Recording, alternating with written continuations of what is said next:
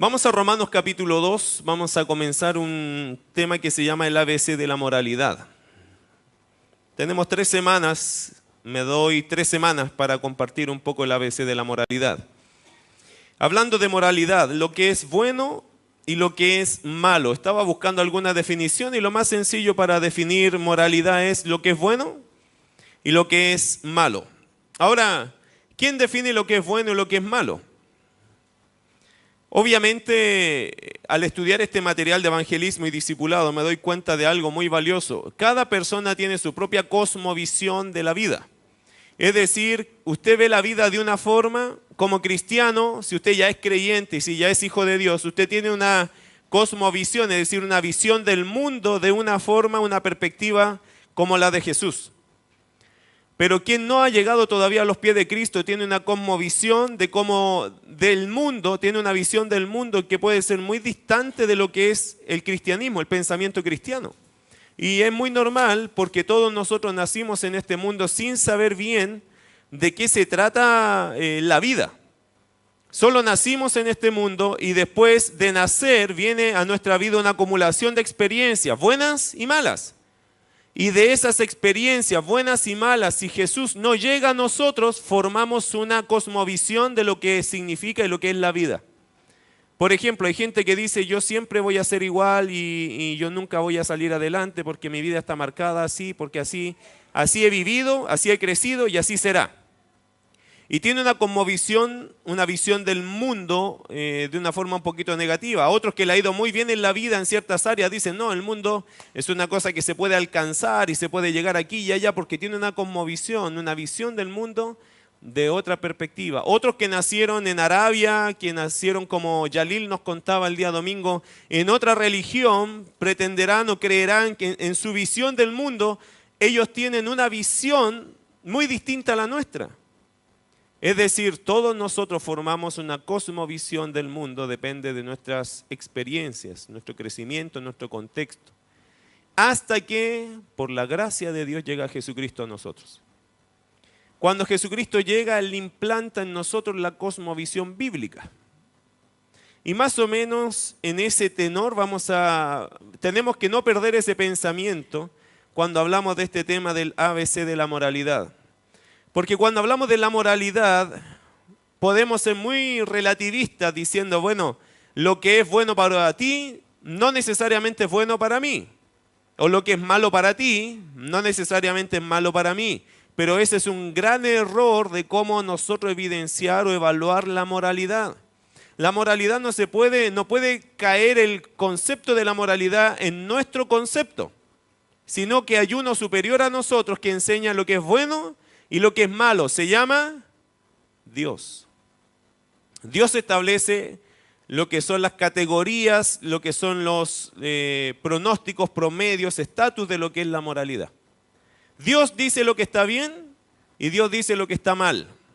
Y eso lo aceptamos todos los que somos hijos de Dios. Amén. Dios dice que está bien y eso está bien, ¿cierto?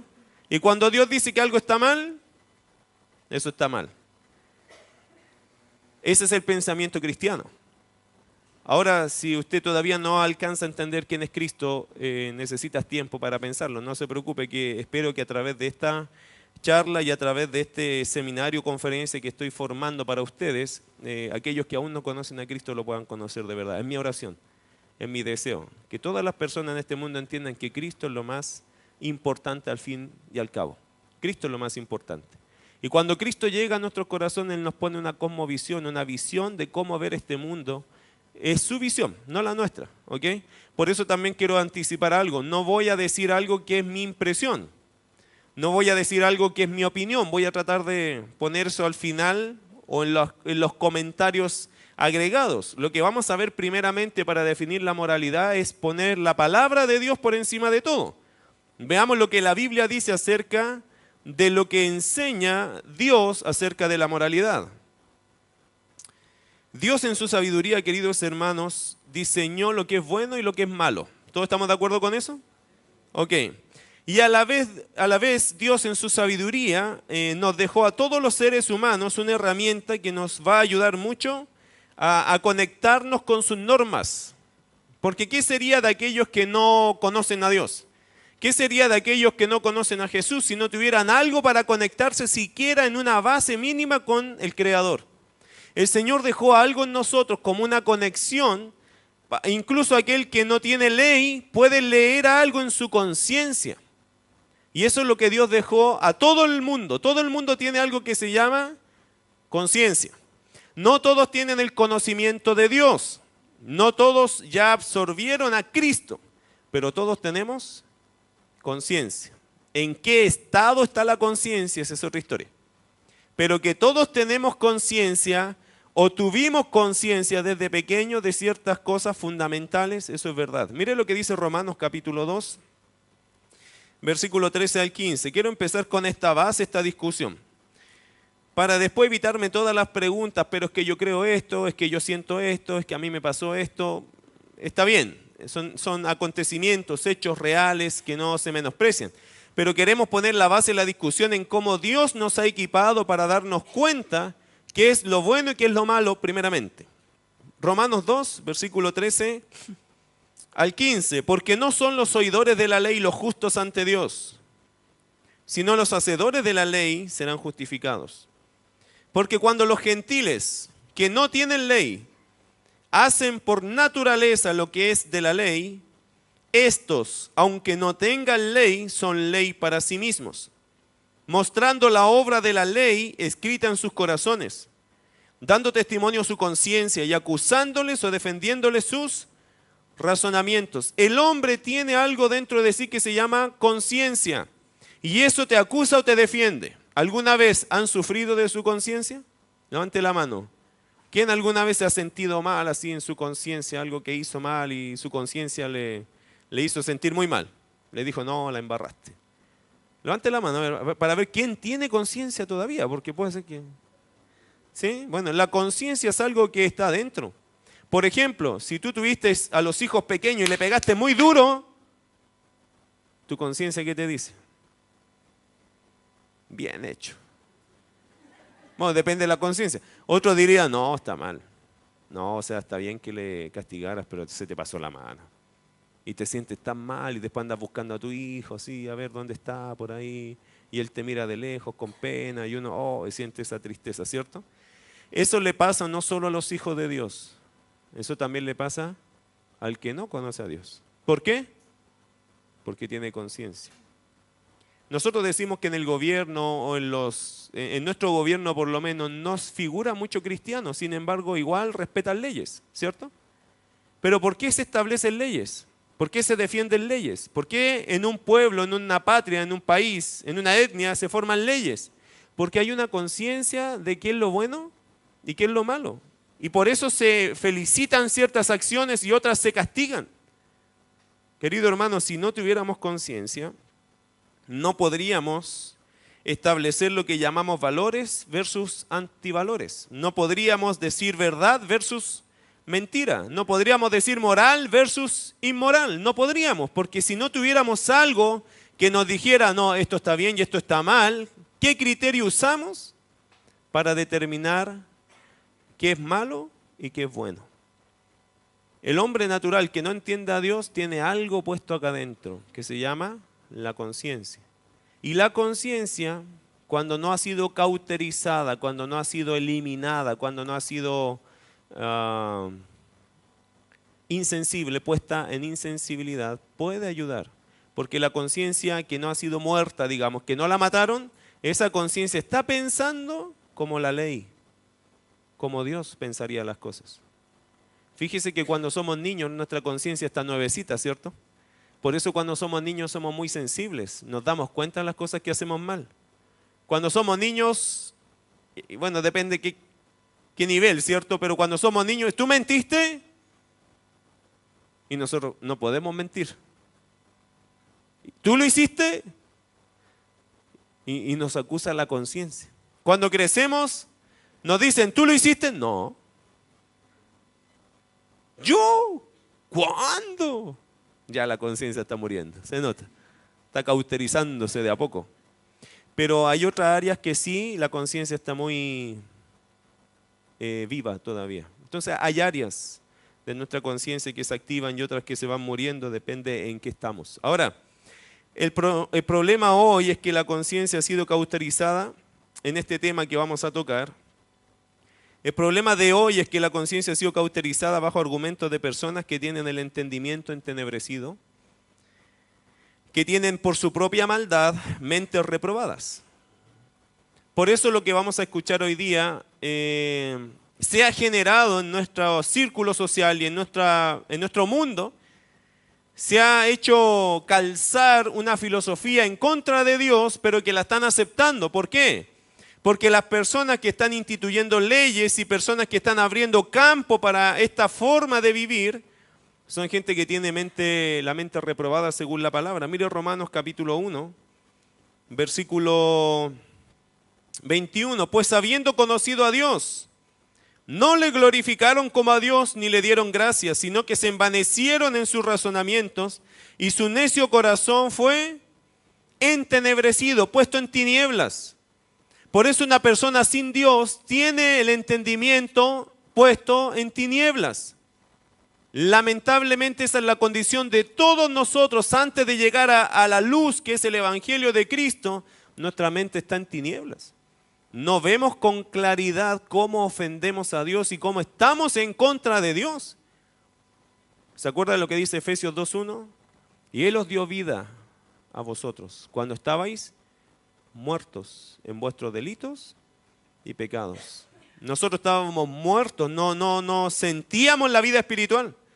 No veíamos cómo ofendíamos a Dios, para nada. Íbamos en contra de Dios en una corriente por este mundo, siguiendo al príncipe y al Dios de este siglo, sin nosotros atajar ni ver ningún problema en eso. Otro versículo, el versículo 28, Romanos 1:28. Y como ellos no aprobaron tener en cuenta a Dios, Dios los entregó una mente reprobada. ¿Sabe lo que significa eso? Se saben toda la materia, pero reprueban la prueba, porque dan respuestas equivocadas. Pueden analizar toda la evidencia y la conclusión sumamente equivocada, porque tienen una mente que reprueba. No pasa la prueba. Tienen todas las evidencias. ¿Quién creó este mundo? Tienen todos los argumentos suficientes para creer en Dios. Y el resultado de su examen es: Dios no existe. Mente reprobada. No consideran a Dios. No aprueban a Dios y Dios no los aprueba a ellos. Mente reprobada. Ahora en este mundo tenemos mucha gente que está en esas condiciones. Por eso en nuestra sociedad la moralidad hoy día pasó a ser algo relativo. ¿Cuál es lo contrario de relativo? Absoluto. Y Dios es absoluto.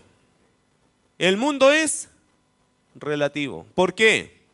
Porque estamos infectados con lo que se llama la maldad del pecado. Hemos rechazado a Dios y Dios, por consecuencia, a nuestro rechazo, Dios nos entregó una mente reprobada. Por lo tanto, queridos hermanos, estamos en una condición, hablando del mundo, hablando de nuestra sociedad, estamos en una condición de relativismo. Nos arrancamos de lo absoluto, nos asusta lo absoluto, porque lo absoluto tiene que tomar decisiones radicales y al hombre no le gusta ser radical, le gusta ser relativo. Y este es el mundo que enfrentamos hoy día, el mundo del relativismo, pero Dios es absoluto. Dios tiene verdades absolutas y me gustaría que empezáramos con eso. ¿Cuáles son o cuáles serían algunos parámetros absolutos de la moralidad de Dios que podemos reconocer? Bueno, vamos al principio, Génesis, capítulo 1. Principios absolutos, verdades absolutas de Dios. Hablando de la moralidad, quiero poner una lista en su mente de cosas que son fundamentales reconocer de Dios como verdades absolutas. Génesis 1:27, primera verdad, Dios creó al hombre y a la mujer. Génesis 1:27 dice, léalo conmigo para que usted vaya asimilando esto, dice, y creó Dios al hombre a su imagen, a imagen de Dios lo creó, varón y hembra los creó. Dios creó al hombre y a la mujer, varón y hembra los creó, solo dos géneros. ¿Entiende eso? No hay más de dos géneros. Dios no inventó, Dios no creó más que varón y hembra. No hay un tercer género, ni en la Biblia ni en la ciencia existe un tercer género. Primera base fundamental de Dios, varón y hembra. Primera base. Y eso es fundamental. Algunos dirían que eso, bueno, eso es obvio. Sí, pero en nuestra sociedad ya no es tan obvio. Porque están buscando una genética que incluye un tercer sexo. No existe. Ni en la ciencia no va a existir nunca, porque Dios no permite que eso sea observable, porque Dios no creó eso. Eso lo estamos inventando nosotros. Eso lo estamos elaborando nosotros, pero no en genética, sino en filosofía, en pensamiento, porque eso en evidencia médica, clínica, científica no es verdad. No existe y no va a existir, porque Dios creó varón y hembra, nada más. Es decir, este mundo está dividido en dos tipos de personas, hombres y mujeres. No hay más, según Dios. ¿Qué más? Segunda verdad, Dios los creó para tener un pacto serio entre ellos. Mire Mateo capítulo 19. Bueno, vaya a Génesis nomás, quédese en Génesis, por favor, versículo 22, 2:22. Y de la costilla que Jehová Dios tomó del hombre hizo una mujer y la trajo al hombre. Dijo entonces Adán: esto es ahora hueso de mis huesos y carne de mi carne. Esta será llamada varona, porque del varón fue tomada. Dios los creó hembra, varón y hembra, para tener un pacto serio entre ellos. ¿Cuál es este pacto serio? El matrimonio. El matrimonio. Así que, quien quiere disfrutar de la vida en pareja, tiene que casarse. ¿Amén? Ok, si no está tan convencido, vamos a buscar en la escritura. Mateo 19. Mateo 19:10. Ustedes creen que le iba a pegar a un puro lado, le voy a pegar a varios lados. Mateo 19:10. Jesús hablando un poco del divorcio, del compromiso matrimonial, del peso de tener una persona al lado tuyo. Mira lo que dice. Después que Jesús habla de ese compromiso importante, de que no se puede uno separar por cualquier cosa o divorciar por cualquier cosa. Mira lo que dice el verso 10. Le dijeron sus discípulos: si así es la condición del hombre con su mujer, ¿no conviene? ¿Cómo? ¿Convivir? Casarse. Casarse. En toda sociedad se entiende lo que es convivencia y casamiento, ¿cierto? Casarse es lo legal. Convivir es lo ilegal. Casarse es lo formal, convivir es lo informal. Casarse es la voluntad de Dios, convivir no es la voluntad de Dios. Bueno, este tema lo voy a tocar al final cuando veamos el ABC. Nos toca la convivencia al final. Solo hoy día lo quiero mencionar. 1 Corintios capítulo 7. Pero no por mencionarlo va a ser tan sencillo. Solo quiero un par de pasajes. 1 Corintios capítulo 7. Para que entienda, casarse, matrimonio, casamiento. Hay algunos que hoy día enseñan lo siguiente: bueno, Adán y Eva no se casaron. Claro que se casaron. Bueno, ¿y quién los casó? Bueno, no sé qué pastor los casó, pero yo sé que estaba Dios ahí presente. Y sé que tomaron compromiso el uno con el otro y fueron fieles el uno al otro. Y vivieron felices Adán y Eva y no más. Él no se casó con otras mujeres. Él se casó con su esposa y vivió y murió con ella. Esa era la voluntad de Dios desde el principio, ¿cierto? ¿Cierto o no cierto? Amén, ¿cierto? Si no lo sabía, Adán y Eva fueron fieles el uno al otro. Y aunque tuvieron un montón de hijos, ellos se fueron fieles el uno al otro. Ese era el plan original. Y ese es el plan de Dios todavía. 1 Corintios 7, versículo 1 al 3. En cuanto a las cosas de que me escribisteis, bueno le sería al hombre no tocar mujer. Pero a causa de las fornicaciones, ¿se fija el desorden social que había? Gente que venía del mundo con esta costumbre de la fornicación, es decir, de convivencia. Cada uno tenga su propia mujer Y cada uno o cada una tenga su propio marido. A ver, paremos el desorden.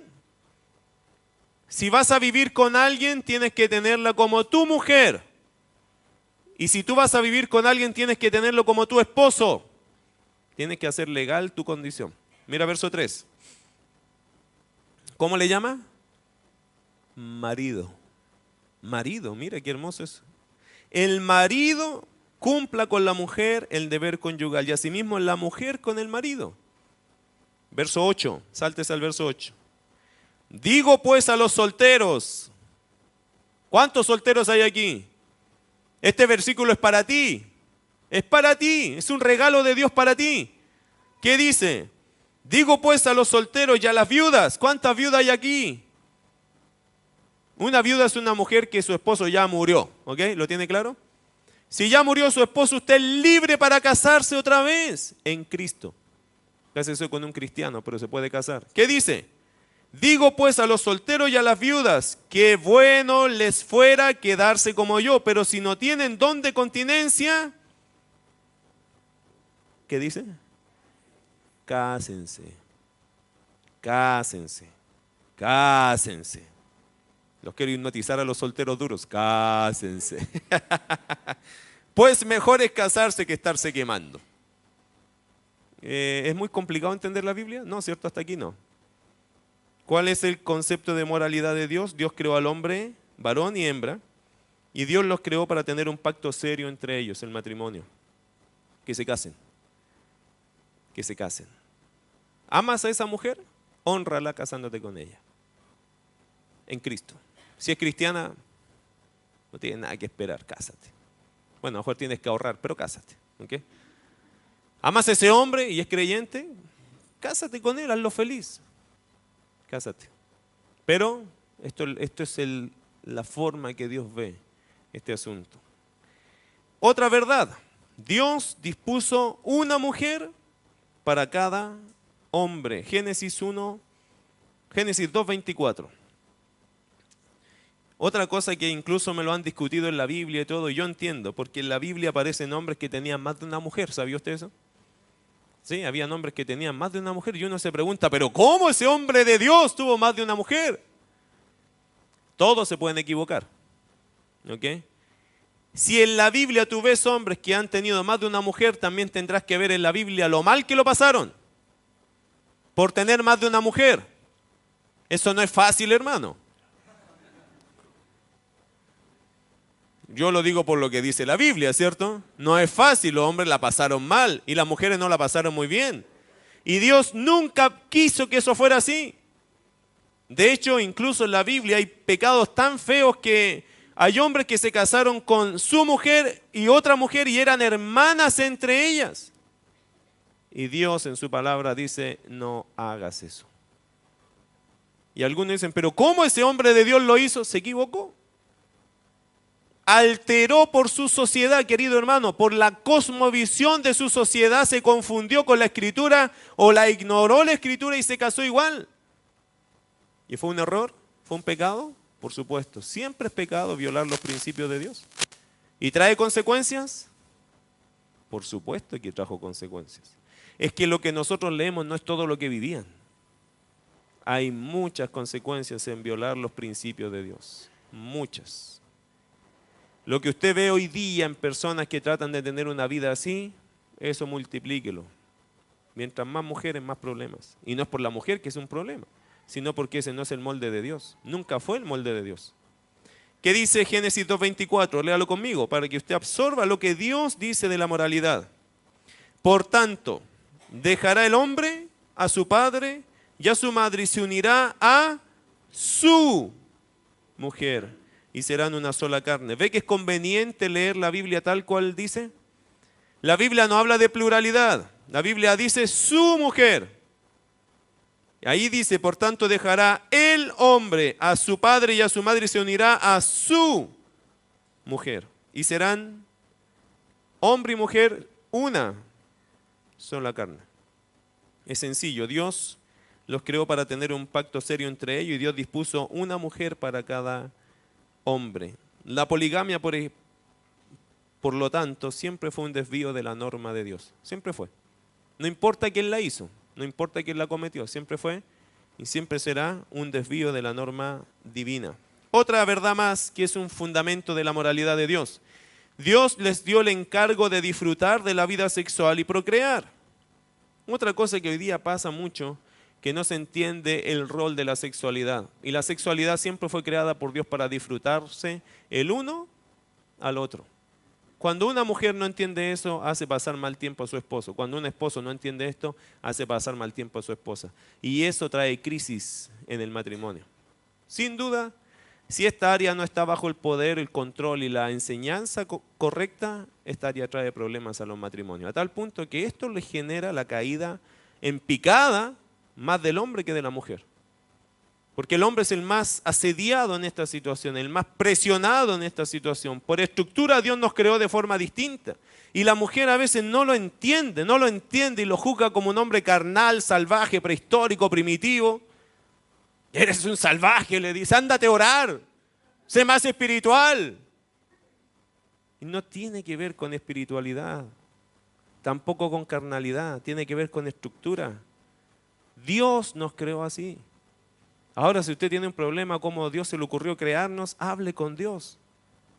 Pero yo le recomendaría estudiar primero qué dice la Biblia con respecto a esta área que trae tantos conflictos a los matrimonios de hoy.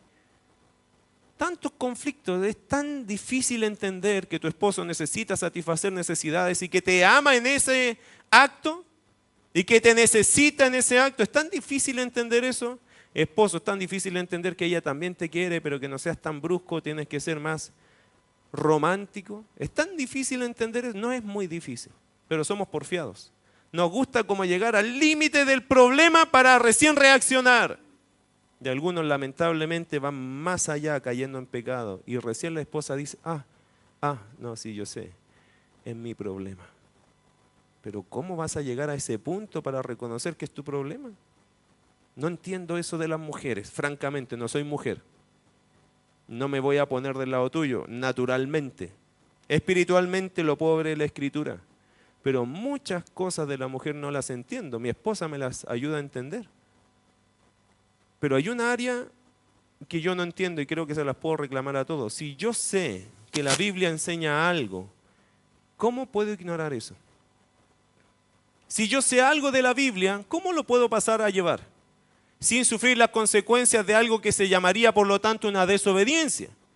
Si yo sé que la Biblia dice que tengo que orar, ¿oras? ¿Se supone que tengo que orar? Si lo entendiste, tienes que hacerlo, ¿cierto? Y si no lo haces, ¿qué es? Desobediencia. Si la Biblia dice que tienes que leer la palabra, ¿lo haces? Y si no lo haces, ¿qué es? Mire lo que dice la Escritura al final, resumiendo cualquier ejemplo de estos. Al que sabe hacer lo bueno y no lo hace, le es pecado. ¿Y qué trae el pecado a nuestra vida? Muerte. Consecuencias tristes y terribles. Voy a leer algunos pasajes ahora, a ver si lo capta. Génesis 1, 2:25. Dios les dio el encargo de disfrutar de la vida sexual y procrear. Y para Dios eso es moral, no es inmoral. Para Dios eso es parte de la moralidad de un matrimonio. Una linda relación matrimonial incluye una linda relación sexual. Es una cuestión que Dios dijo y lo dejó así establecido. Génesis 2:25. Y estaban ambos desnudos. Y ahí los adolescentes van a decir, bueno, no pienso que los adolescentes de nuestra época ignoran sobre este tema. Que no lo hayan hablado con nosotros es otra historia. Pero que lo han visto y que lo conversan, y a veces mal lo conversan, por eso decidimos que se quedaran un poquito acá, también voy a guardar eso, pero ya entienden el tema. Lamentablemente hoy día lo entienden de una forma muy deforme, entonces tenemos que formar esa mentalidad en lo bíblico. Y en lo bíblico el sexo no es malo, es una bendición para los matrimonios y en el matrimonio. ¿Ok? Génesis 2:25, y estaban ambos desnudos, Adán y su mujer, y no se avergonzaban. ¿Qué significa? Confianza absoluta, intimidad, disfrute el uno al otro. Se disfrutaban verse desnudos ambos. Se disfrutaban los dos. Era una cosa de intimidad, de confianza, de mutua intimidad. No había problema en ese punto. Mire lo que dice Génesis 1:28, otro pasaje que alienta en esta área. Y los bendijo Dios y les dijo, fructificad y multiplicaos. ¿A qué los mandó Dios? A multiplicarse. Entonces la mujer casada, ¿qué tiene que hacer? Multiplicarse. No es sumar, menos restar, es multiplicar. 2 por 2. ¿No saben cuánto es 2 por 2? 2 por 2. ¿Entiende la idea? Hay alguna mujer que dice, no, yo no voy a tener hijos. Pero está casada. Sí, pero yo no voy a tener hijos. ¿De qué me está hablando? ¿Qué dice la Biblia? Se tiene que multiplicar. O sea, no deje uno, deje 2 por lo menos. En la medida que pueda, ¿cierto? Ahora, si Dios no te da hijos, esa es otra cosa, pero en tu deseo, todos los que Dios me dé, en tu deseo de multiplicación. Ahora, muchos me han dado esta excusa. Barata la encuentro, pero la dan. Y los bendijo Dios y les dijo, fructificad y multiplicaos, llenad la tierra y sojuzgadla. ¿Y sabe lo que dicen algunos? No, porque la tierra ya está llena. ¿Para qué la vamos a seguir multiplicando si ya estamos llenos? Recién una hermana, la Evelyn, comentaba que fue al sur, ¿cierto? ¿Cuánto terreno hay en el sur? Hermano, usted sale de Santiago y hay un montón de terreno. Lo que aquí te cuesta 100 millones, ya te cuesta 5 millones. Así que no me venga a decir que la tierra está llena. Santiago estará lleno, pero para afuera hay mucha tierra. Es interesante cómo la gente se excusa en no cumplir con el mandato de Dios. Dios encargó que el hombre disfrutara de la vida sexual y procreara cuando se case. Y se tiene que casar. Proverbios 5, 18 al 19. Otro ejemplo de lo mismo. Sea bendito tu manantial y alégrate con la mujer de tu juventud. Pregunta, ¿cuántos de los que están casados acá están felizmente casados? Lo voy a meter en problemas, yo sé, no me levante la mano, pero míreme así fijo así. Y si le caen las lágrimas voy a entender. Entre nosotros, un código de hombre. ¿Ah? Y alégrate con la mujer de tu juventud. ¿Cuántos están felices porque están casados? No falta el que cuando se está casando, ¿cierto? Llega el mejor amigo, le dice, viejo, no te cases. No te cases. Ese lo está pasando mal, ¿ok? Porque el plan de Dios es ser feliz casado. Se supone que uno se casa para estar alegre. Así que, querida hermana, ponga un principio. Mi esposo tiene que estar feliz. Él tiene que sonreírle a la vida. Si anda amargado, que anda amargado por otros temas, pero no por ti. Tú no fuiste llamada a amargarle la vida a tu esposo, sino a qué? Alegrarlo. Alegrarlo, dejarlo feliz, contento, y que él salga a la vida como un campeón. No como allá voy. No soy nada. No soy nadie. No sirvo para nada. Porque el hombre va pensando así. Cuando tú te niegas. ¿Sabe? Dicen los psicólogos que nosotros somos conquistadores, que nos gusta salir con arco y flecha y conquistar la presa. Si la presa se arranca mucho, se frustra el conquistador, ¿sabía usted? Se aburre y tira el arco por allá y quebra la flecha y se aburrió. Porque sí le gusta cazar, pero le gusta encontrar presa también. Y puede ser que un día le vaya mal, pero al otro día igual va a salir a cazar porque es cazador. Pero si la presa vive arrancando, ¿sabe lo que hace él? No juego más, dice. Y bota el arco y la flecha y se siente que ya no caza a nadie. No caza a nadie. ¿Y sabe lo que hace el diablo ahí? Te dice, pero toma otro arco, otra flecha y caza otra. No va a faltar. Y empieza el adulterio en el corazón del hombre. Por lo menos abre su puerta y dice, bueno, veamos si pasa algo. Y lamentablemente, el enemigo así derrota a muchos. ¿Y sabe lo que dice el hombre después a la mujer? Es que tú.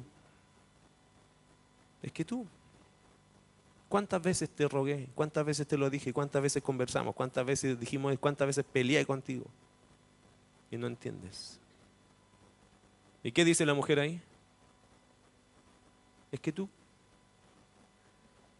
Es que tú eres esto, esto, esto y lo otro. Y si es por justificarse, todos podríamos justificarnos toda la noche, ¿cierto? Pero ¿qué dice la Biblia? Alegra a tu esposo. Y hombre, alégrate con la mujer de juventud. Insiste en alegrarte con tu esposa. Con nadie más. Y ojalá esposa que cuando vea que su esposo ande con arco y flecha, póngase por ahí como blanco. Ya no se arranque tanto. ¿No? Hágale una esquiva, pero después vuelva, ¿ok? No viva arrancándose ni haciéndose la esquiva. Porque al final hombre bota arco y flecha y ya deja el juego. Por un lado. Pero puede comenzar uno muy peligroso por otro. Bueno, hay mucho que decir de eso, lo voy a dejar para... Bueno, uno más. 1 Corintios 7. 1 Corintios 7. Solo quiero que entienda lo que es la cosmovisión de Dios en esto, hermano. Entre paréntesis, a mí me gusta un poco jugar con esto y me gusta bromear un poco con esto, pero en el fondo estoy queriendo comunicarle esto, la cosmovisión de Dios, de cómo Dios ve esto. Y Dios lo ve, la moralidad de Dios dice que una pareja debe disfrutarse. Debe quererse, debe amarse. 1 Corintios 7, en cuanto a las cosas de que me escribisteis, bueno le sería al hombre no tocar mujer, pero a causa de las fornicaciones cada uno tenga su propia mujer y cada una tenga su propio marido. El marido cumpla con la mujer el deber conyugal. Ese es el área que estamos tocando. Y asimismo la mujer con el marido. La mujer no tiene potestad sobre su propio cuerpo. ¿Es difícil entender eso? ¿Qué significa, hermanas, que usted no tiene potestad sobre su propio cuerpo si es casada? ¿Qué significa? ¿Significa que su esposo tiene derecho sobre usted? ¿Sí o no? ¿Quién lo entiende así? Levante la mano. Es que a veces no entiendo cómo lo entienden. Entonces quiero saber, ¿lo entienden así? ¿Que usted no tiene derecho sobre su cuerpo? ¿Lo entienden así? ¿Sí o no? ¿Amén o no? ¿Eso dice la Biblia? Sí, eso dice la Biblia. Quería yo confirmarlo, es que no sé cómo lo están recepcionando, que a veces no sé si lo leen igual que yo. Dice la Biblia, la mujer no tiene potestad sobre su propio cuerpo. ¿Qué significa? ¿Que el cuerpo de la mujer de quién es? De su esposo. De su esposo. ¿Se puede negar? No debería. Yo no sé si su cara me está diciendo gozo o preocupación, pero yo solo quiero leer la Biblia, ¿ok? La mujer no tiene potestad sobre su propio cuerpo, sino el marido. Mira el otro. Ni tampoco tiene, esta parte es muy graciosa porque no conozco marido que tenga este problema. Ni tampoco tiene el marido potestad sobre su propio cuerpo, sino la mujer. ¿De quién es el cuerpo del hombre? De la mujer. ¿Lo entienden, varones? Es fácil, hermano, saber dónde está el problema. No es que este versículo a nosotros no nos desagrada. Bueno, no es reunión de matrimonio, pero es así, ¿no?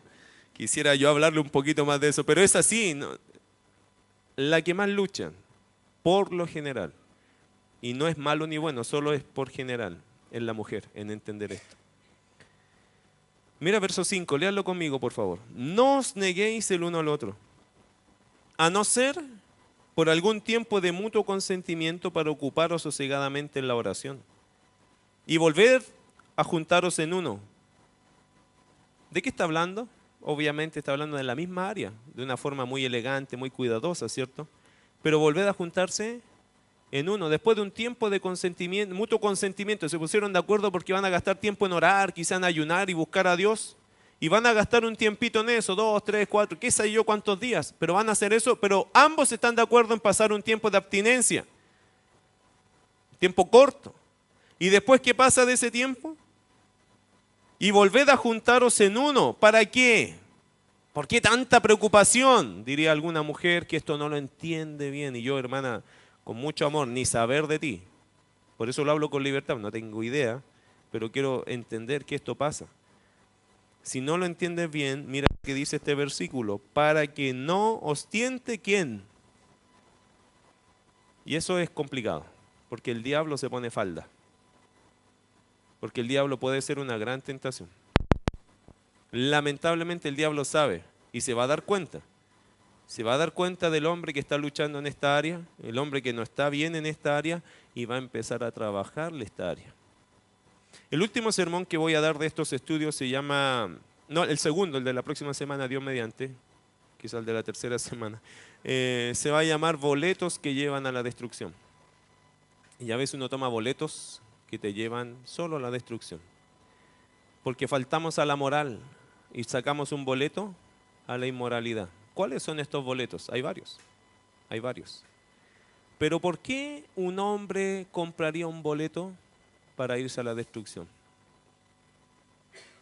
Muchos compran un boleto porque están decepcionados del matrimonio y necesitan suplir necesidades y compran boletos a la perdición de la moralidad.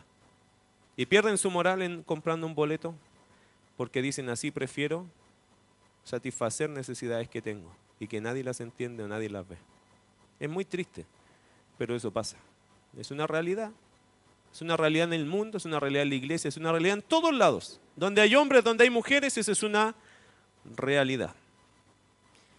Para que no os tiente Satanás a causa de vuestra incontinencia. Si la suya no es muy abundante, quizás la incontinencia de tu cónyuge es muy abundante, tienes que entender entonces el que tiene la mayor lucha. Por amor a la persona y por amor al Señor. Y porque en la moral de Dios, eso fue lo que Dios bendijo. Dios bendijo este tipo de moral. Esta es la norma moralmente aceptada y bendecida de Dios. ¿Le gustó? Aunque no le guste, es la moral de Dios, pues, es la verdad de Dios. O sea, si no me gusta, tengo que luchar porque me guste esta moral de Dios, porque esa es la moral de Dios. No es la moral mía, no es la moral de ustedes, no es la moral del mundo, es la moral de Dios. Ahora, en el ABC de la moralidad, hablaremos de una cosa que se llama amor del malo. Porque el amor del malo es el que se está enfrentando hoy día en nuestra sociedad, que es una de las prácticas más complejas y peligrosas descritas en la Biblia, conocida como la sodomía. Lo que está pasando hoy día en nuestra sociedad, la sodomía, es aquella práctica que incluye ¿qué cosas? Por ejemplo, el desarrollo de afectos sexuales hacia el mismo sexo. El deseo de ser lo que no soy, un cambio de identidad sexual. El relacionarse sexualmente con personas del mismo sexo, como homosexualidad, lesbianismo y otros. Ahora, ¿este tipo de prácticas estuvieron en la Biblia? ¿Existieron en la Biblia? Por supuesto que sí. Pero eso lo vamos a tener que tocar la próxima semana, ¿qué les parece? El amor o amor del malo. Así que invite a otros si quiere escuchar un poco sobre ese asunto. Lo que es la base hoy día de discusión es cuál es la norma de Dios.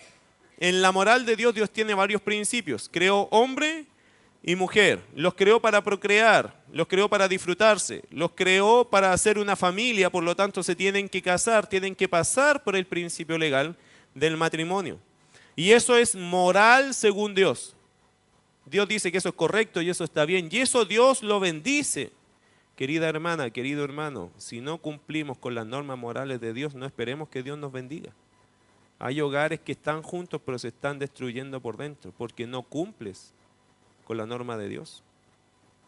Tienes que orar y aplicar la norma de Dios en tu matrimonio si quieres que Dios bendiga tu vida, la vida de tu esposo, de tu esposa, de tus hijos, de tu familia en general. Si no, no estamos saltando principios que van a afectar el matrimonio, lo van a minar por dentro. Es una cosa curiosa ver matrimonios. Yo siempre los voy a ver por fuera, pero ustedes saben cómo están por dentro.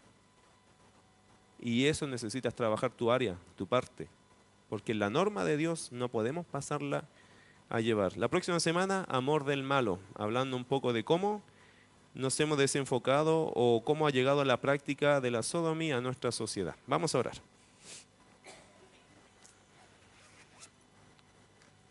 Por favor, le invito a cerrar sus ojos. Lo hacemos por costumbre a Dios y por respeto a este momento para que gente pueda dedicarse a pensar en lo espiritual. Nosotros cerramos los ojos no porque sea algo bíblico o no bíblico, lo hacemos por respeto a los demás para que nadie se distraiga, para que puedas tener un tiempito para orar también y pensar en Dios.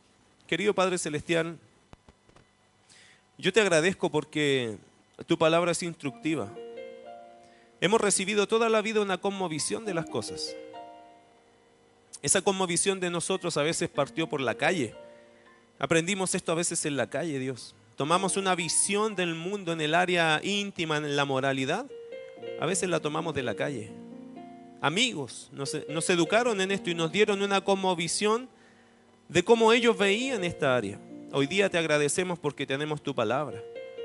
Que ella nos cuenta la visión tuya, la visión divina de cómo es la realidad, hablando de la moralidad. Querido Dios, si hay alguien aquí que ha entendido algo, que no practica, que no vive, que no está bien, dale la suficiente humildad y amor por ti para reconocerlo y para hacer cambios que sin duda van a llevar a un camino de bendición, porque tú quieres bendecir a tus hijos. Tú estableciste estos patrones porque tú dijiste que estos eran los correctos.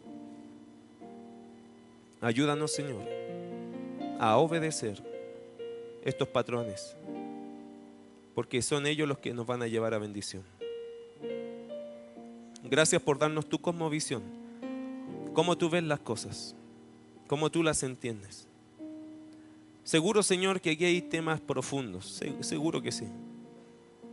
Pero no hay nada más hermoso, Señor, y más profundo que poder reflexionar en tu palabra y verla tal cual ella es y atesorarla, tomarla en cuenta y hacer los cambios debidos según tu verdad, porque eso a ti te agradaría mucho, que tu iglesia hiciera los cambios correctos según como tú ves las cosas, que amemos lo que tú amas, que disfrutemos lo que tú disfrutas, que fomentemos lo que tú fomentas y que rechacemos lo que tú rechazas.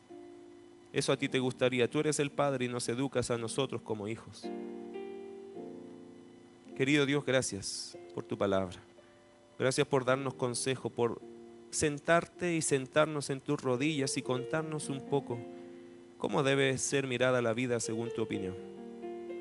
Hemos escuchado la opinión del mundo y la opinión de amigos, la opinión de la calle, la opinión de la noticia, la opinión de los artistas. Pero gracias porque también podemos escuchar tu voz y la creemos, Dios, porque vemos en ella realmente el fruto correcto y la bendición. Con sus ojos cerrados solo quiero hacer un desafío, quizás dos. Uno para aquellos que aún no conocen a Jesús. Dios en su plan envió un día a Jesucristo a este mundo. ¿Para qué? Para pagar tus pecados, para morir por ti en la cruz, en cumplimiento del plan y propósito de Dios. Jesucristo vino a este mundo y cuando estaba en esa cruz estaba pensando en ti también, para que tú alcanzaras salvación y vida eterna a través del costo de su sangre, de su vida. Si Él murió, murió por ti. Sabía que lo necesitabas, sabía que tú no podías solo y sabías que tú anhelas tener perdón de pecados. Y quien anhela el perdón de los pecados que tiene en su vida, quien carga con esa cadena de remordimientos y tantos errores que se han cometido, hay uno que te puede cambiar la vida. Se llama Jesucristo.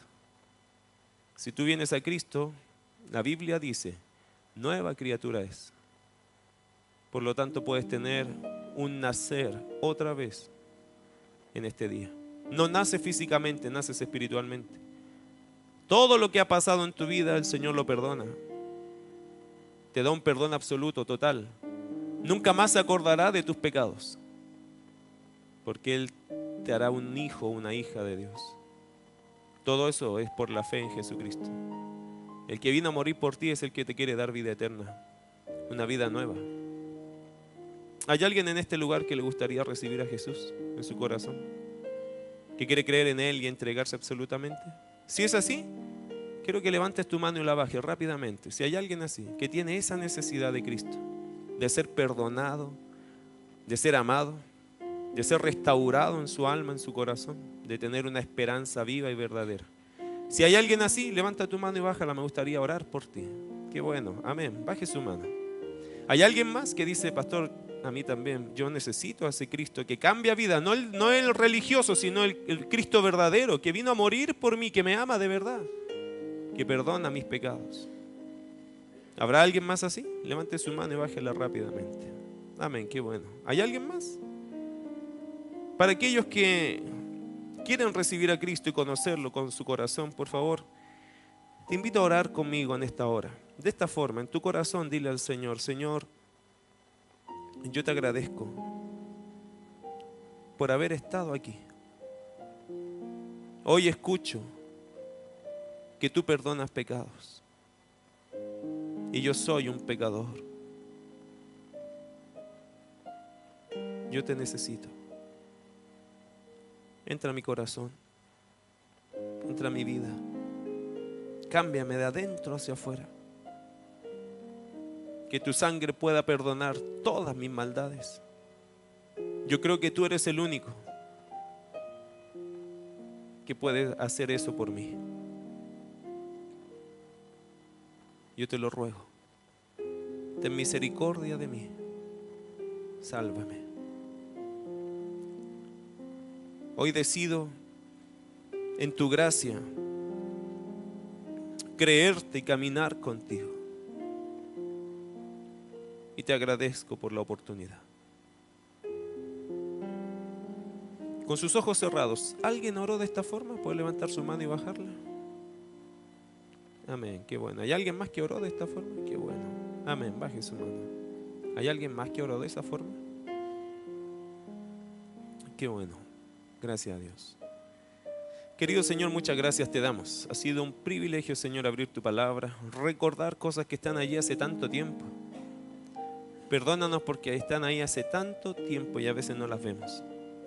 Gracias porque tu palabra nos ministra. Hasta el día de hoy, Señor, aquellos pasajes que fueron escritos hace miles de años todavía siguen siendo una gran verdad en nosotros. Una palabra que todavía nos ministra, Señor, y algunos todavía no la obedecemos. Yo te pido que tu iglesia, tus hijos, tus santos, podamos mirar esta palabra y obedecerla para ver milagros en nuestro hogar y en nuestra propia vida. Te glorificamos a ti, te damos las gracias, querido Dios, en el nombre de Jesús. Amén. Y le damos un fuerte aplauso al Señor. ¿Qué le parece? ¿Sí?